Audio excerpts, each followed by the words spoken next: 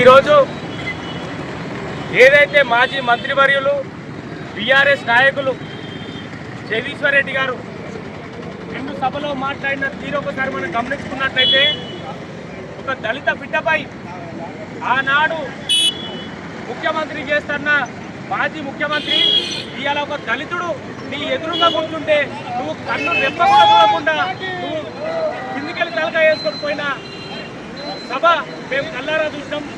నువ్వు ఓర్చుకోలేక ఒక దళితుడిని నువ్వు ఏ కళ్ళతో చూస్తున్నావో ఇవాళ మాకు యావత్ తెలంగాణ గమనిస్తూ ఉంది.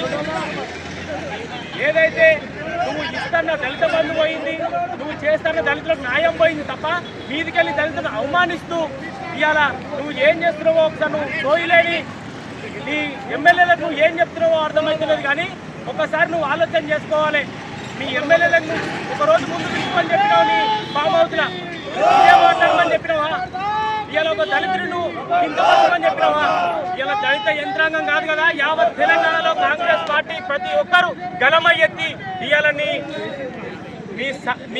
ఏదైతే నీ ఉందో తెలంగాణ యావత్ టీఆర్ఎస్ పార్టీని నాశనం చేయడానికి మేము కంకణం కట్టుకున్నాం. కాబట్టి దయచేసి చెప్తున్నాం, ఇంటింటికి ఒక దళితుడై ఏ రోజైతే బయటికి వెళ్తారో నీ ఇంటింటికి వచ్చి మీ టీఆర్ఎస్ పార్టీ ఒక్కొక్కరిని బట్టలు విడిచికొడతారని చెప్పి ఈ సభాముఖంగా తెలియజేస్తున్నాం.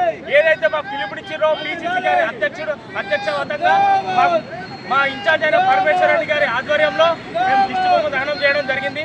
ఇలాగే రాబోయే రోజుల్లో ఎవరైనా టీఆర్ఎస్ పార్టీ నాయకులే కావచ్చు, ఎమ్మెల్యే కావచ్చు, కాంగ్రెస్ కార్యకర్తలైనా సరే, కాంగ్రెస్ ఎవరైనా నాయకులకైనా సరే ఎవరైనా అనుచిత వ్యాఖ్యలు చేస్తే ఇట ఖబర్దార్ అని చెప్తున్నాం. కాంగ్రెస్ పార్టీ